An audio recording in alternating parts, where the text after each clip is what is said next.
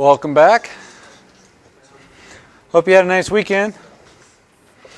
Enjoy the warmer weather, even though it was raining. My snow cave is becoming decimated, but I can handle watching the warm weather melt it off, but the rain makes it go faster. It's sad. It's been a good run, though. I started it before Christmas. Currently, it's about, it was, I guess it still is, 10 feet in diameter on the inside, and I could stand up in it. Now it's more like, this, but it's still standing. All right. Well, Friday we started chapter 15 with heat and temperature. And a friend of mine shared with me a story. Her brother does appliance repair. And he got called into someone's house because their dryer wasn't working. And he goes to look at it, and the first thing he noticed was all the vents were taped over. It's like, what are you doing? And long story short, the guy runs some business with like power protein drinks or something, and he mixes them in his house with all the powder and whatnot in the dryer. A gas dryer. Do you remember the first demo I did Friday? I think it was the second demo. With the cornstarch flamethrower. Well, a bunch of powder spread out, mixing. Any spark or the gas could ignite that thing any time, and he's enclosing it on purpose. That's just a bomb waiting to happen. My friend's brother, of course, said right there, this is just, my words, this is stupid and dangerous. I'm not working on this, and I'm going to have to report you. You better fix that. Oh, no, it's fine. Anyway, he left and didn't fix his dryer. But so see, you guys are now smart enough not to do that. Because, that's just an accident waiting to happen. All right, who remembers what temperature is?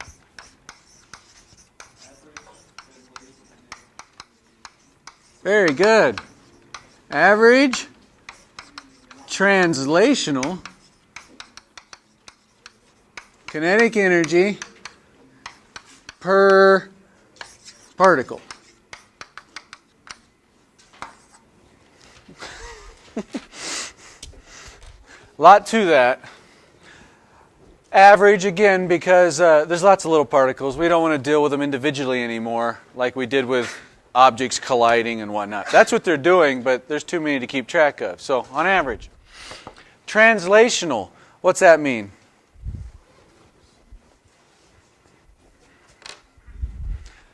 If this is a molecule, because it can move around like this, that's called what? Good, rotational. What's this one called?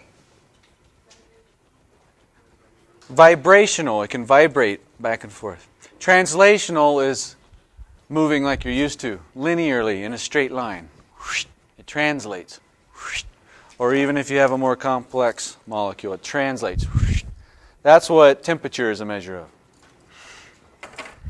And we just took then that's kinetic energy, energy with motion. What other forms of energy can the particles have? Potential energy. There's energy stored in the bonds, in the electric fields that attract them and repel them, or the strong nuclear force. There's also a strong, weak nuclear force. But we don't have to deal with those. Something with more potential energy is cooler? Not necessarily. It just means it has more internal energy. That was another term we used. Temperature only takes into account the average translational kinetic energy. So this, on average per particle. But internal energy accounts for everything.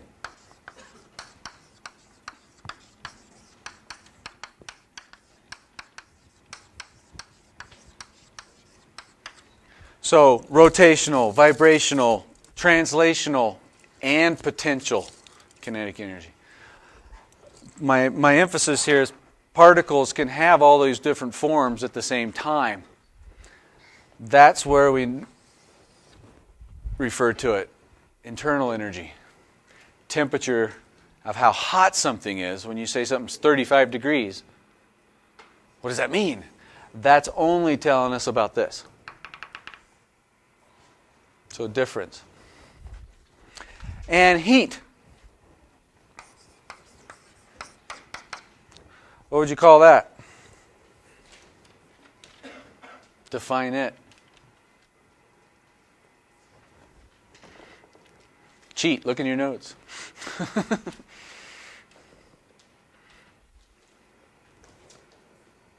You probably use the term heat more often in everyday language than you do the others.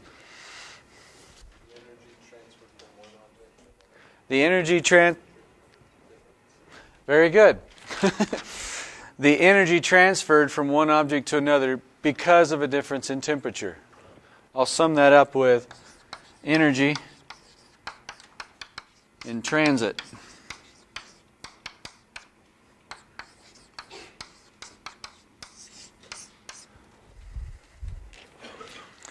Energy in transit due to a difference in temperature. And which way does heat flow? Yeah. Hot to cold. Q is the variable we use for heat.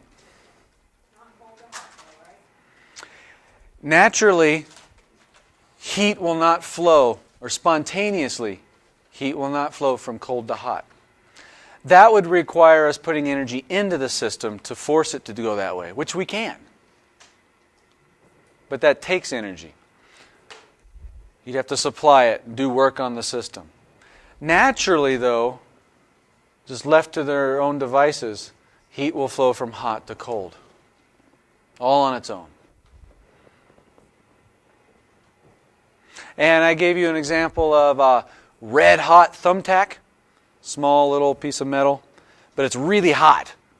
So we know that on average, each little particle is moving around pretty quickly.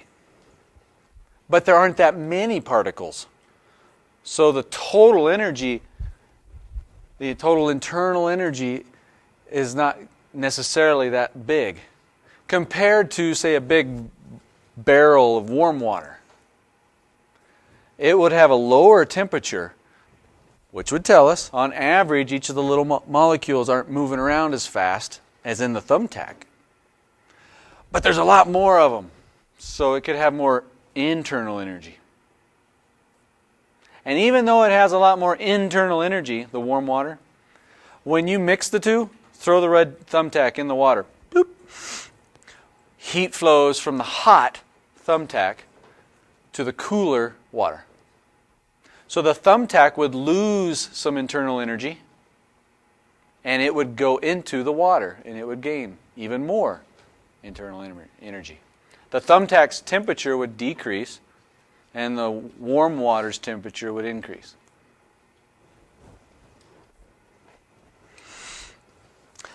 Okay, units. I didn't give you last time. Heat is energy in transit, and our standard unit for energy has been what? Work, potential energy, kinetic energy, we're all measured in joules. There you go. So, heat is also, just like work was in joules, we don't say matter contains work, but it has the potential to do work or be worked on. Same with heat. Matter does not contain heat, but that it can contain internal energy, which then can flow back and forth. That's heat. We're still in units of energy. When heat's involved, another unit that's often used and you guys hear about is calorie. That's just another unit for energy, like joules is. Similar to miles compared to feet. They're both units of distance, just different units. We see this one a lot in our food packages. So you know, 1 calorie is the amount of energy needed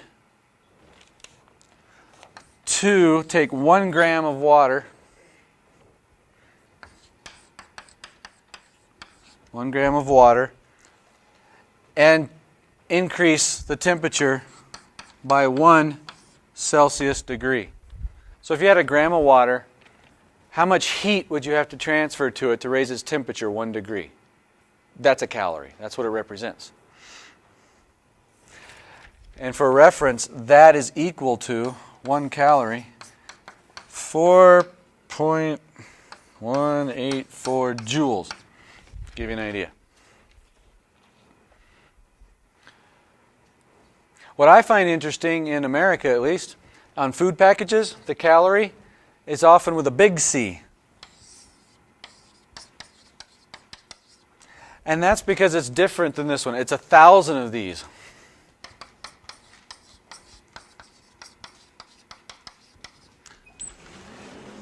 So if you're eating your food and it says it's 200 calories, that's the big C calories. In terms of science, that means 200 times 1,000. 200,000 calories is how much heat can be transferred from that. It's a little of a misnomer. Scientists wish they didn't list it that way, because it makes it sound like your package of peanuts or ice cream contains heat. It contains internal energy. It's able to transfer a certain amount of heat, energy, when you eat it and digest it. That's what you would absorb. But remember that, yeah, that's actually 1,000 of these little guys.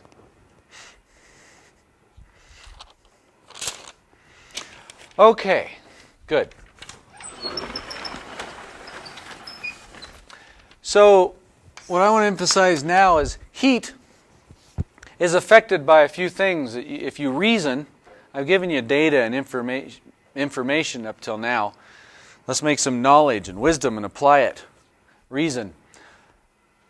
Heat. The amount of heat that transfers, what do you think would affect how much gets transferred? What's a variable, a condition, something with the substance you think that would be important? Say again? Yes, the state of matter.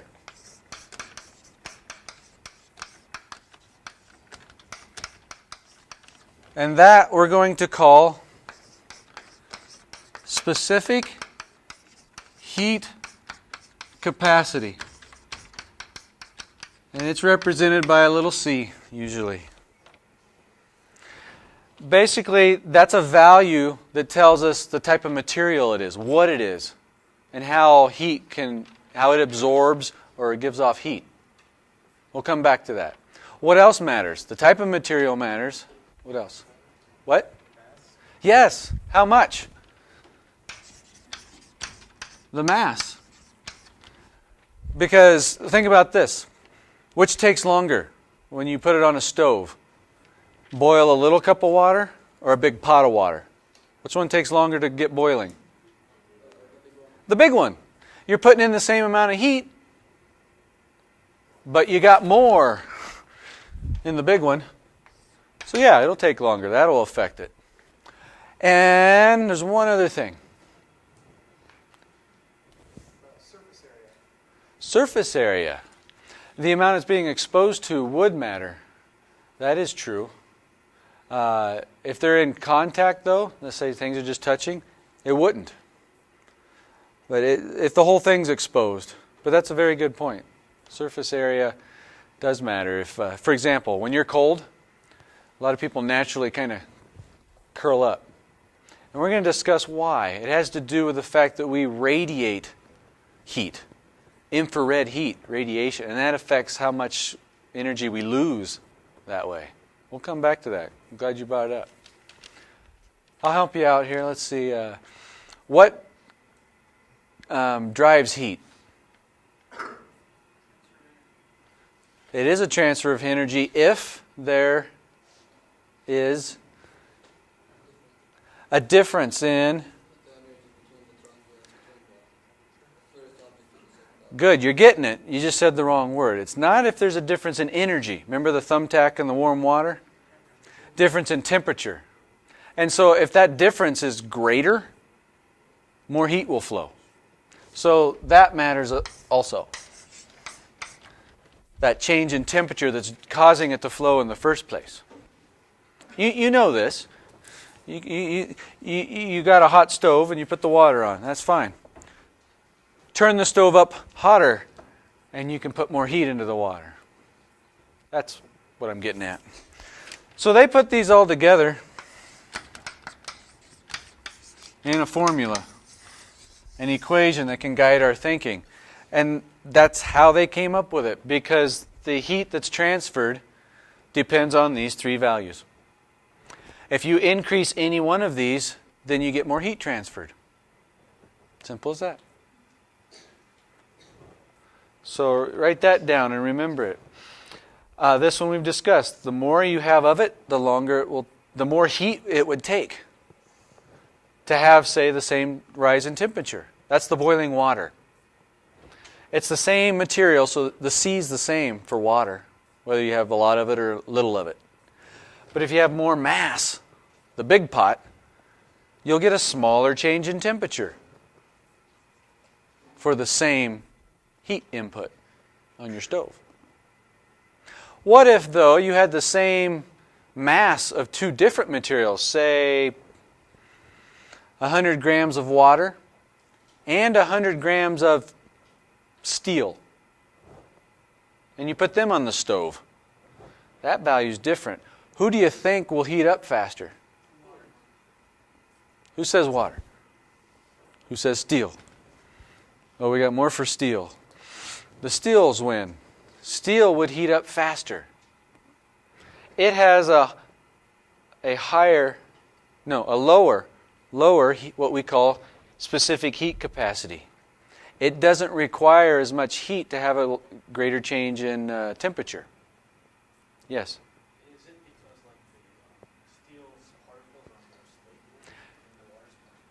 Is it because the steel's particles are more stable than the water's? Is it because the steel's particles are more stable than water? Not necessarily, but the particles are freer to move. We'll learn more next chapter, but metals are good conductors of heat and electricity. And it's mostly because, remember electrons around your nucleus in the atoms? For metal, the electrons are looser, more free to move around. And we're going to talk about heat transfer next chapter. So how does this heat flow? Three different methods. And one, just think about it, if they're touching each other. It's called conduction, direct contact.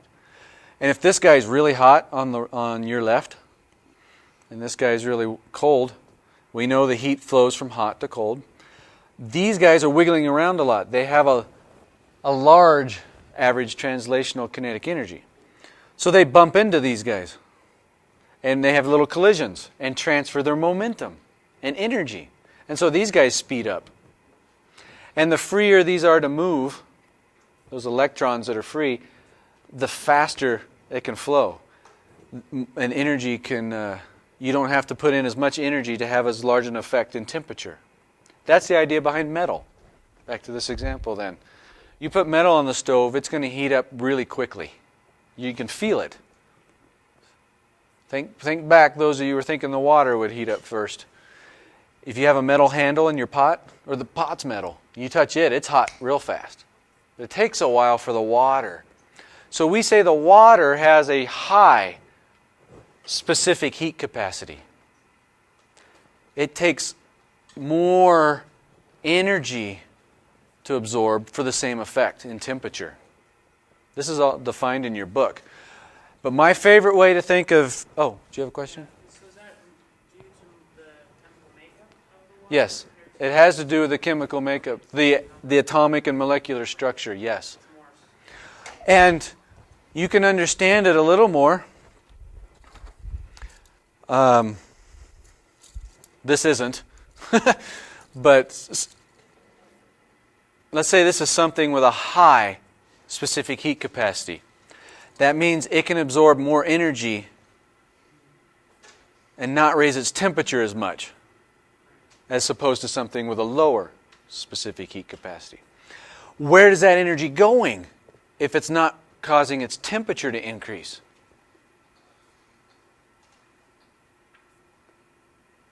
Temperature is only a measure of translational kinetic energy. So it's not going into that. It must be going into some other form of energy, rotational, vibrational, or potential. That's where the energy is going. And a molecule that's able to absorb it in those other methods generally has a higher specific heat capacity. And water is one of the largest. Water has a really high specific heat capacity. So that's why you have to give it a lot of energy before it'll raise its temperature much. The reverse is true also. Once water is hot, has a high temperature,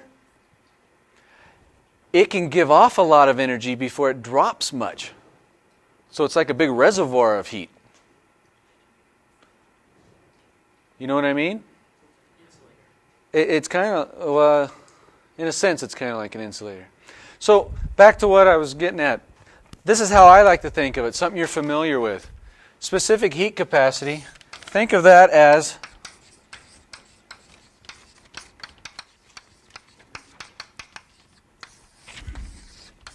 thermal inertia. Remember inertia? Resistance to change. Newton's first law. Things at rest want to stay at rest. They don't want to move when you try to push on them. You're trying to change their motion. No, I don't like that. Well, what if it's already moving? It's now comfortable, right? It likes moving. So when you try to change it, it's going to resist you and say, no, I don't want to stop. That's inertia. Same with thermal inertia. That's why I'm calling it that. Things at a certain temperature want to stay that way. So water with a really high specific heat capacity has a really high resistance to changing its temperature. High thermal inertia. So when you're adding heat to it, it's like, whoa, no, I don't want to change. And so you have to give it a lot before you see an effect. And vice versa when you're cooling off. Once it's already hot, it's going to take a while to cool off because it's got to give off a lot of energy before it changes. Thermal inertia. Does that make sense? Hopefully that one will help you.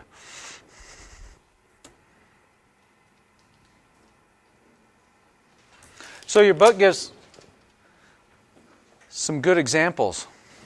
And one I like is cities that live near big bodies of water. The temperature is usually more moderate, less extreme. We're an example.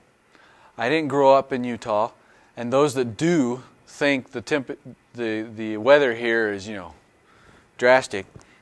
But relative to some other places, it's not so much.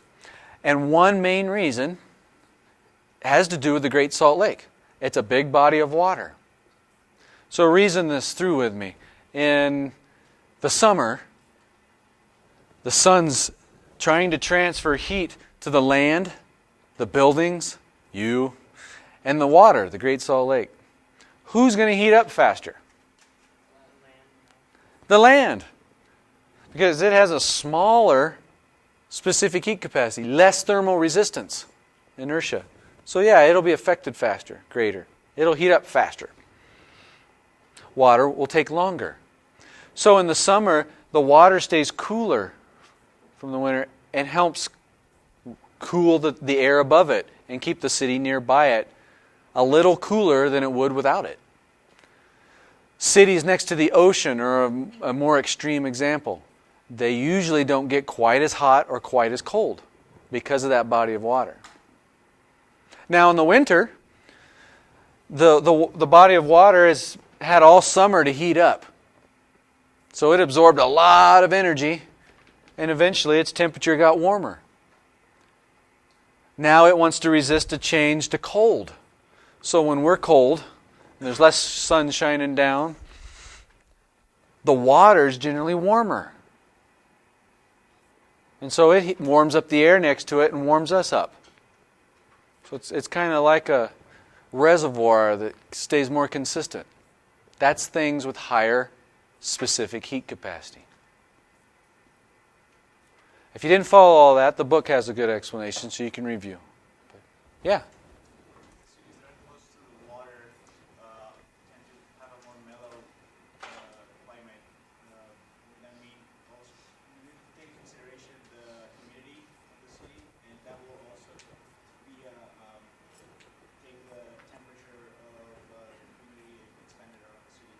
Yes, summing up, there are other factors that affect climate and weather.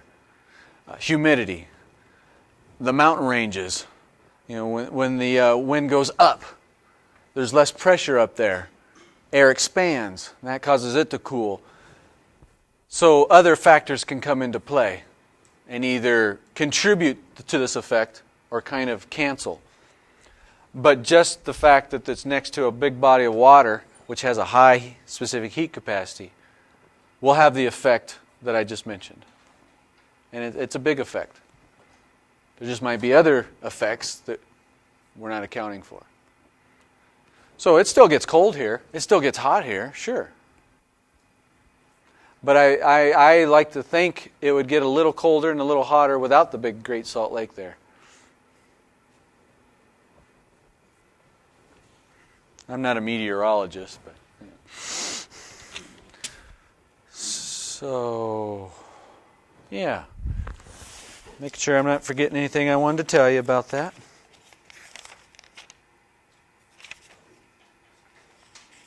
We'll get to review it when we do some heat transfer demos next time. Yeah, that'll work. Okay. We mentioned also last lecture, you guys already knew it, when things heat up, they expand. We saw it with the molecules on the overhead projector because they're bouncing around more. They got more translational energy, and so they push on these areas, create a greater pressure, and generally make things expand. So my favorite demo with that is this one, because you can do it at home. This is a piece of plastic. That's what I'm going to cause to expand. And if you fix one end of it so it can only expand in one direction, that's what I'm going to do. Take some duct tape.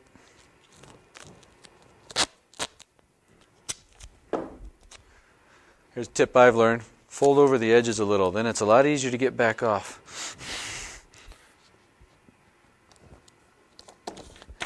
So we'll fix that end. And then I took a little needle or a pen and stuck it through this piece of paper. I'm going to set it under the ruler over here. Weight it down a little so it stays put. There. The idea is, if this plastic expands, it'll expand to your left. You agree? Because it's fixed over there. When it rolls over the needle like this, if the plastic expands, then this will roll a little. And I attached this piece of paper as an arrow so that we could see if the needle rolls, we ought to be able to see the needle move. So it's like a little gauge. And we can see this small amount of expansion in the plastic. Let me get on the other side now.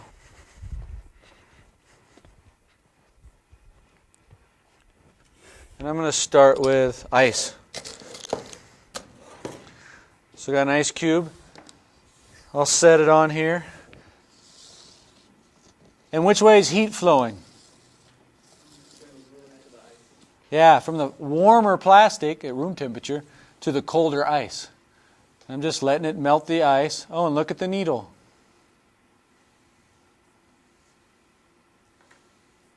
That's telling us that instead of expanding to your left, it's contracting.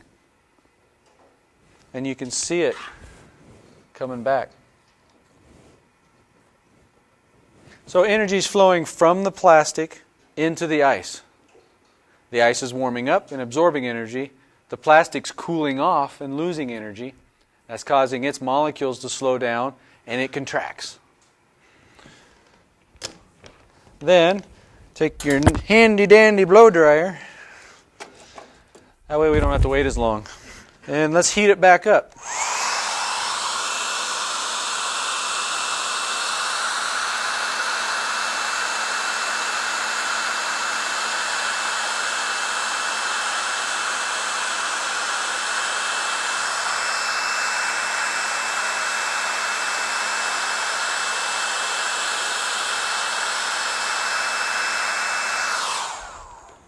and you see it expanded. I think that's a cool, clever way, simple way to be able to show expansion. Put the ice back on.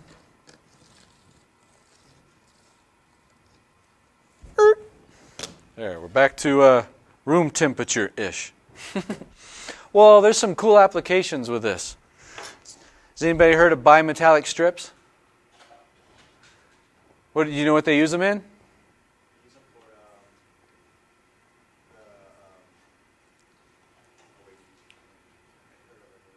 That's okay. Hey, at least you heard of it, right? Basically what it is, it's two different metals on next to each other. Where'd my chalk go? There's a picture of this in your book too. But they're two different metals with different specific heat capacities. So if I provide heat, transfer Q into it, they're both absorbing energy, but the one with the what will increase its temperature more? Lower specific heat. Good, because it has less thermal inertia, less resistance to that change. So yeah, the metal with the lower specific heat capacity will have a greater increase in temperature. Thus it'll expand more. And if they're connected to each other and one's trying to expand more than the other, what happens?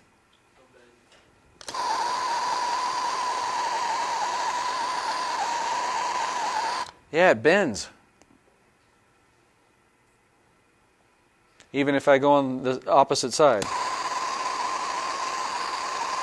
it still bends. Let's see. I'll try ice. If I cool it back down, it straightens back out. If I keep cooling, let's see if I can do that. It starts bending the other way. A little bit. I'll just do it a little more and then hold it up for you. Let's see. So it's curved to your left slightly. Let's heat it back up.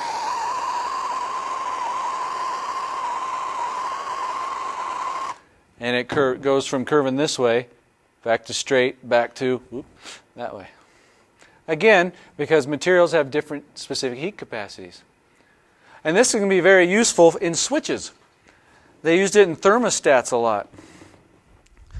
Before I burn the table, I guess. Okay, it's not sizzling. I set one up here. This is a bimetallic strip.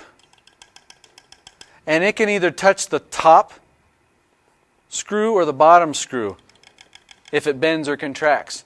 And that will change which light bulb it's connected to. So as a cute little simple example, let's turn it on. So right now it's up top and it's touching the top. So electricity can get to the white bulb. If I heat it up,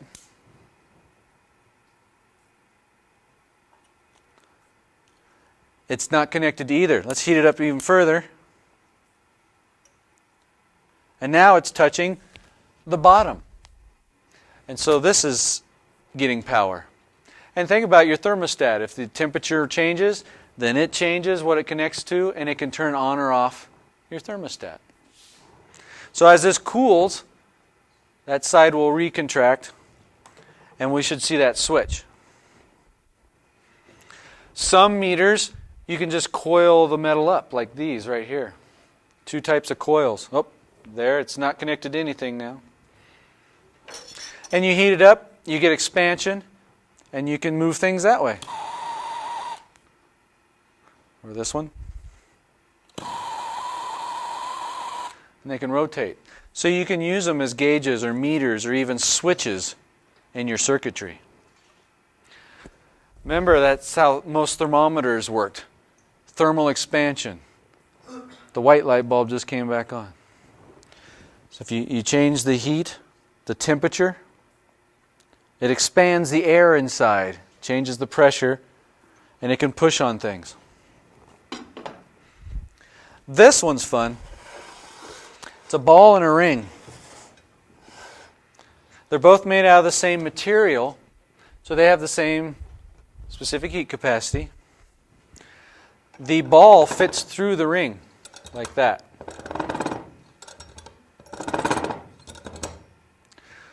So if I heat the ball up, what do you expect to happen?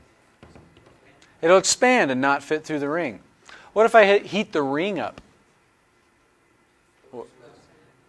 Will the ball fit through easier? Let's try it.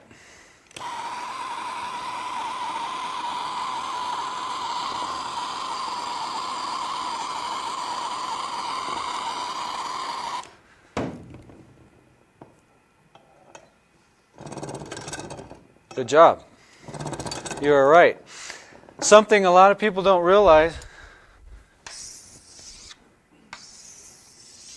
if you start with the ring at a certain temperature and you heat it up, a lot of people want to think that the outside ring gets bigger and the inside ring gets smaller. That's not true. We just saw. It expanded together. The ring might be a little thicker, but it's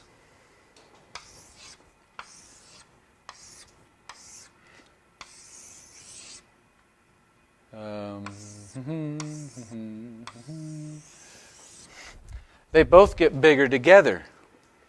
Not only does the ring expand, but the hole expands.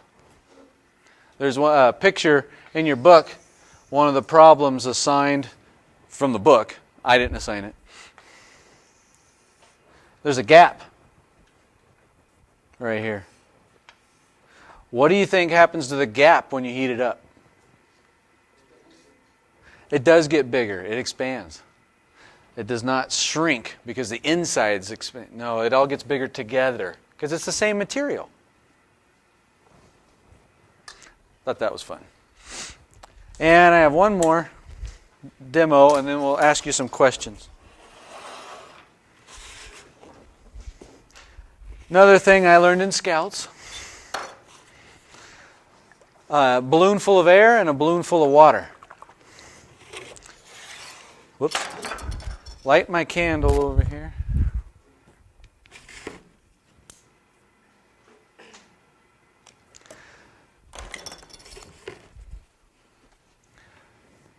And I bet you know what will happen.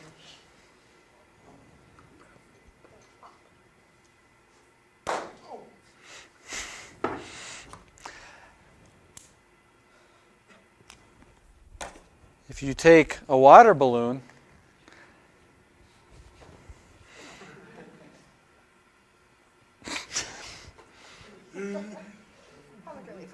it doesn't pop. That's because the water has a higher specific heat. Very good. The water has a much higher specific heat capacity. So it has a higher thermal inertia, more resistance to change its temperature. So it takes more energy before it'll raise its temperature. The water is absorbing the heat and allowing the balloon's temperature not to raise much. And so it hasn't popped. Where if it's just full of air, the air has a lot lower specific heat capacity. It absorbs that heat. A lot of it goes right into the balloon. And this is a really old balloon. There we go. So it's pretty flimsy. And it pops. I think that's fun. You can boil water in a balloon or a paper cup. If you're doing it not with a big hot campfire flame, but like over the coals or on a stove. I've done it. You can watch it boil. I don't recommend it, but it's possible. All right, get your clickers out and I'll ask you some review questions.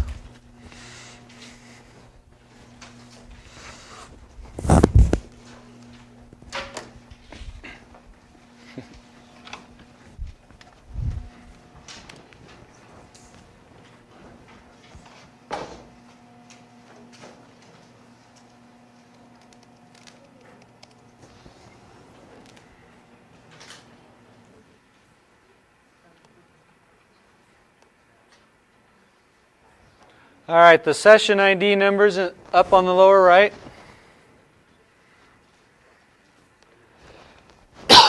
Excuse me. So next time we'll specifically address thermal expansion and contraction with water and ice. It's at the very end of chapter 15, so you can review that. And then we'll quickly move into the 3 ways of heat transfer in chapter 16. Conduction, convection, and radiation. That's what I hope to get through next time. Anybody still need the session ID number? Raise your hand. Okay. Why is this bouncing on me? Disconnected? I just logged in.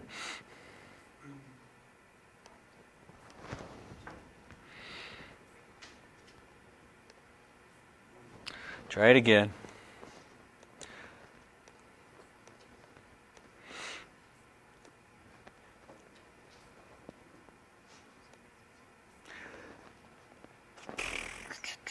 Get the login again, so you'll have to change your cannot be completed.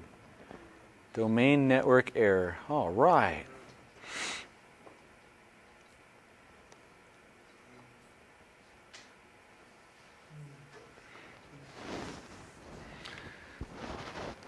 Decided not to disconnect on us. Okay, here's a new ID number.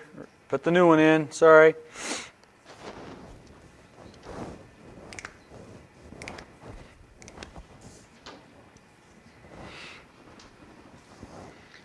Raise your hand if you still need it. You guys are fast. All right.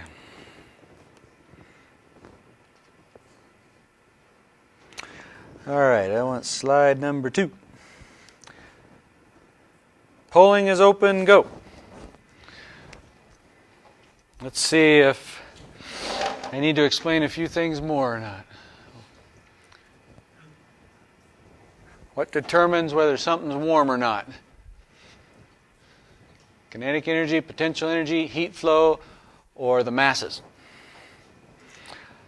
I was hoping this would be an easy one, so 10, 9, 8, 7, 6, 5, 4, 3, 2, 1. Oh, bless you people. The correct answer is A. So, temperature is a measure of average translational kinetic energy. Not potential, not heat, not mass. It's warmer, tells how hot it is. The temperature. It has to do with kinetic energy. You got it now? All right.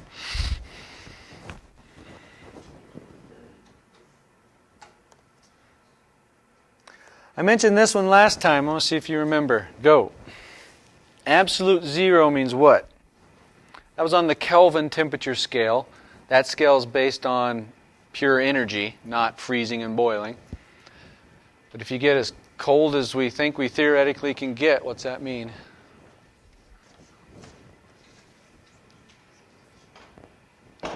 Ten, 9, 8, 7, 6, 5, 4, 3, 2, 1. Meh. Ooh, we're tied. 41% A or B. Well, I just gave it to you last lecture. I was just curious to see how many remembered. It is B. And this one has to do with quantum mechanics. I won't bore you with. As something cools, the molecules do get slower and slower. But something weird happens if it were to ever approach absolute zero. Well, it does approach. If it ever got there. Some substances actually are still moving, but there's no available energy to give up. So they can still maybe be moving around just a bit. It doesn't mean they have to be standing absolutely positively still. No motion whatsoever going on in any atom at all. That's not what it means. Because remember, you can have motion in a particle, but it's not translational kinetic energy. So absolute zero is the bottom where it has no more energy to give up. You can't get anything more out of that without physically maybe changing the element or something. Does that make sense?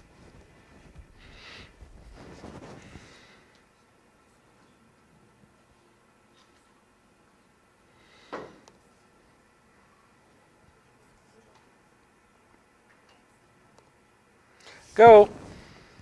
Heat is simply another word for? I sure hope you get this one. Just double checking. 10, 9, 8, 7, 6, 5, 4, 3, 2, 1. I know there's some of you still out there that haven't voted. 56% of you say C. I'm slightly disappointed. The answer is C. I was just hoping it was a higher percentage. Heat is the transfer of energy because something has a difference in temperature, hot to cold. Heat is not the same thing as temperature. I hope you know that by now. They're two different things. Heat and temperature, not the same thing. Thermal energy is the same as internal energy in this class. It's just a measure of the total energy, not just translational kinetic. And heat is the flow of that total internal energy in transit because something's hot or cold. It flows.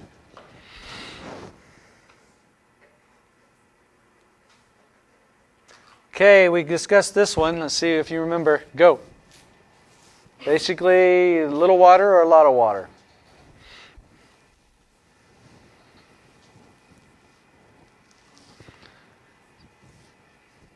So this is like a big pot and a little pot of water on your stove. You're going to put the same amount of heat into both. What happens?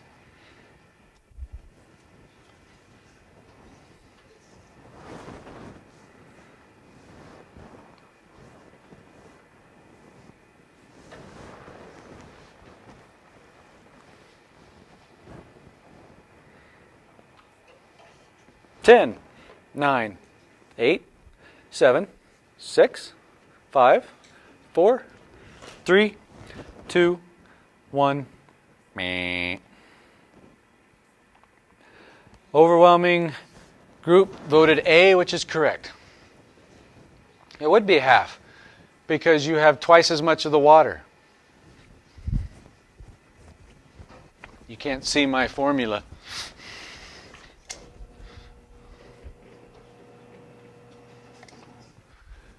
Q equals mc delta T. This equation that guides our thinking. They're both water, so the C doesn't change. But the mass here changes. If you have twice the mass, then you're going to have half the change in temperature for the same heat input. Can you see that now?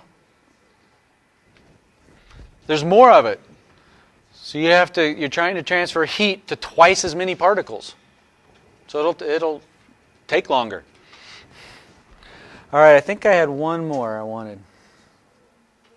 Unless that had to do with...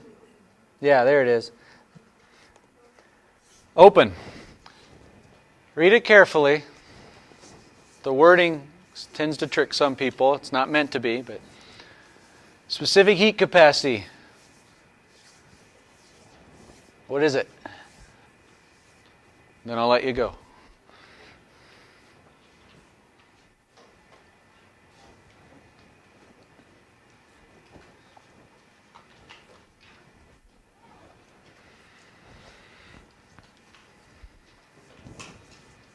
Ten, 9, 8, 7, 6, 5, 4, 3, 2, 1. Oh, hey, huzzah. It is every one of those. High thermal inertia, resistance to change. So it's going to require a lot of energy in order to increase its temperature. That's A. C is very similar. It has to absorb a lot of energy before it's going to increase its temperature. But the same is in the reverse too when it's cooling. It already has lots of energy now. So B is correct also. It's got to give a lot off before it cools much. It works in both directions. All right, see you Wednesday. Thanks.